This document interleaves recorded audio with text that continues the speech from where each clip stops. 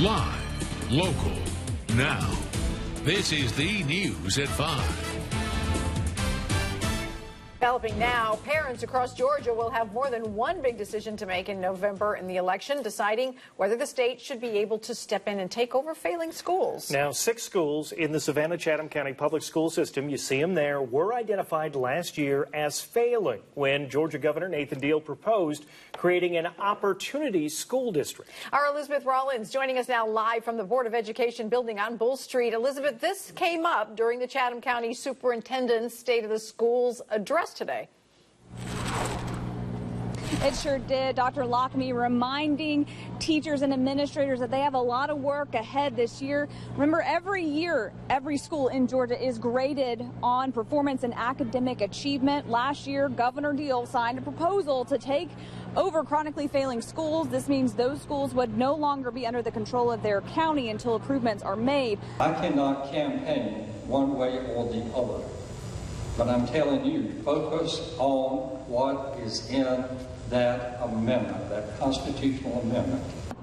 All new at 6. This will be the first year that the district is actually running their own transportation program. Are they ready?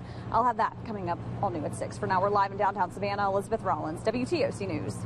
Well, schools in Bullock, Appling, and Candler counties will be hosting open houses tomorrow to get their students ready to return to class. If you want to learn more about where and when those will take place, just go to our website, WTOC.com.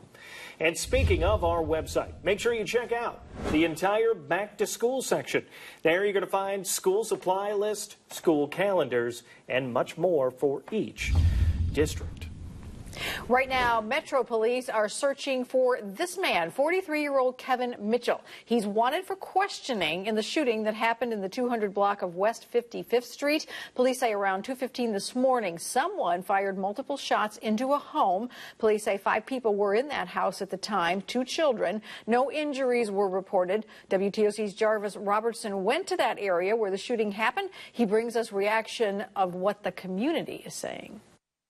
That early morning shooting here in the 200 block of West 55th Street is one that comes as a surprise to many in this area. That's because they say it's a quiet neighborhood. Now, I spoke with several people here from the community, and they're just shocked about it. I'm kind of shocked, really, to be honest with you. We don't have that kind of problem right here. You would think we would, but we don't. Reporting in Savannah, Jarvis Robertson, WTOC News. Right now, we do want to give you a live look from our WTOC Savannah Hilton Head International Airport Sky Cam. Blue skies out there, but an emergency landing occurred earlier this morning at the airport. Officials say an F-22 aircraft made an emergency landing today after an engine overheated. There you see it coming down the runway. Officials say the aircraft was training in the area at the time. No word on any injuries. The Democratic National Convention enters its 3rd day in Philadelphia. Our Russ Riesinger joins us now to tell us what's on tap for tonight, Russ. It's going to be a busy night. You know, last night the Democrats made history by nominating a woman for president. First time that has ever happened for a major party in the U.S. Hillary Clinton made a brief appearance joining the convention by satellite. What an incredible honor that you have given me. And I can't believe we just put the biggest crack in that glass ceiling yet. Well, that was the ending to an emotional night. Among the delegates there in Philly is Savannah attorney Gwendolyn Waring. She's always had women's issues and children's issues as a forefront issue for her. She's fought very hard. Hillary Clinton's VP choice, Senator Tim Kaine, will take the stage tonight, as well as Vice President Joe Biden, and President Barack Obama will be the featured speaker. Our live coverage starts at 10 tonight right here on WTOC. I'm Russ Riesinger, WTOC News. Georgia U.S. Congressman Buddy Carter went to the Republican National Convention for the first time last week. He says it was a great convention and that he was proud it turned out to be less chaotic than it was predicted to be. Kudos to Cleveland and Northern Ohio for doing such an outstanding job. Security was great. I felt very safe. Congressman Carter will be in Savannah tomorrow to meet with Japanese embassy officials. You'll learn more about that meeting coming up tonight on The News at 6. In case you missed the election results last night, Chatham County District 5 has a new commissioner. Tabitha Odell won the runoff election against incumbent Yusuf Shabazz with an overwhelming majority, more than 60% of the vote. Now Odell will run unopposed in the November election, and she will take office in January. And WTOC has been following the elections throughout the process. To take a closer look, just go to our politics page right here at WTOC.com. A college in the South Carolina Lowcountry taking a hands-on approach to get veterans ready to return to the workforce. And a new warning before you take those supplements. Do you know what you're putting in your body? And giving you a live look right now from our WTOC Savannah Riverfront Skycam, 97 degrees. As you can see, it's a hot one. Going to get hotter. We're going to have more of that first alert forecast straight ahead. Making progress. The fire command says the huge blaze in northern Los Angeles County is now 40% surrounded. Yeah, the wildfire grew slightly overnight to nearly 60 square miles. That fire started Friday afternoon in Santa Clarita, about 30 miles northwest of downtown Los Angeles. 18 homes have been destroyed. To the north, officials say some 2,000 homes remain threatened by a fire in the scenic Big Sur region. The Federal Reserve is keeping interest rates unchanged. The Fed says the U.S. job market has rebounded with strong job gains in June following weak growth in May. The central bank gave no hint of when it might resume the rate hikes. It began in December when it raised the benchmark rate from a second low. Some economists think a hike is possible in September. A Georgia man who investigators say used part of his $3 million in lottery winnings to deal drugs pled guilty to drug trafficking and firearm charges.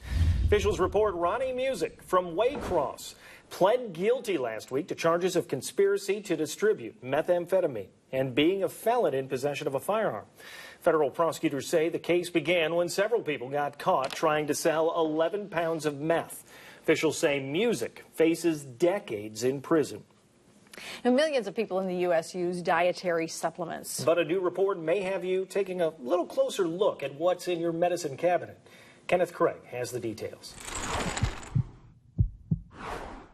Logan Steiner's family has been taking on the supplement industry after the healthy 18-year-old suddenly died from a powdered caffeine supplement. A new Consumer Reports investigation finds serious health risks from supplements, including vitamins, probiotics, and weight loss pills. Consumer Reports recommend that consumers look for a United States Pharmacopoeia or USP label if consumers must take a supplement, which means the product was tested for potency and purity. The odds of surviving a stroke are slightly better at a hospital with a specialized stroke department, but only if the patient gets there quickly. Researchers found patients who were able to get to a stroke department within 90 minutes of suffering a stroke had a higher chance of survival, and after 7 and 30 days. Study critics say that it can be difficult to diagnose a stroke in the field. Technical College of the Lowcountry is trying to get its students ready for a very specialized workforce. The aviation program is looking to bridge the gap between the workforce and our armed forces. The aviation lab allows students, most of which have previous backgrounds in the armed forces, learn hands-on how to repair jet engines and also maintain an airplane. The course prepares students for the FAA airframes and power plants license. It's aimed at transitioning military mechanics from the Marine Corps Air Station in Beaufort and Hunter Army Airfield in Savannah. The applications go beyond airframe or aircraft production. Obviously, these will translate into civilian aviation. We've got several airports around here. But some of the other programs that we're developing here into structures and composites have application in the maritime industry as well as the automotive industry. If you'd like to see what the students are learning firsthand, there is a showcase tomorrow on campus at 5 p.m. It is free and open to the public. You can find those details on our website.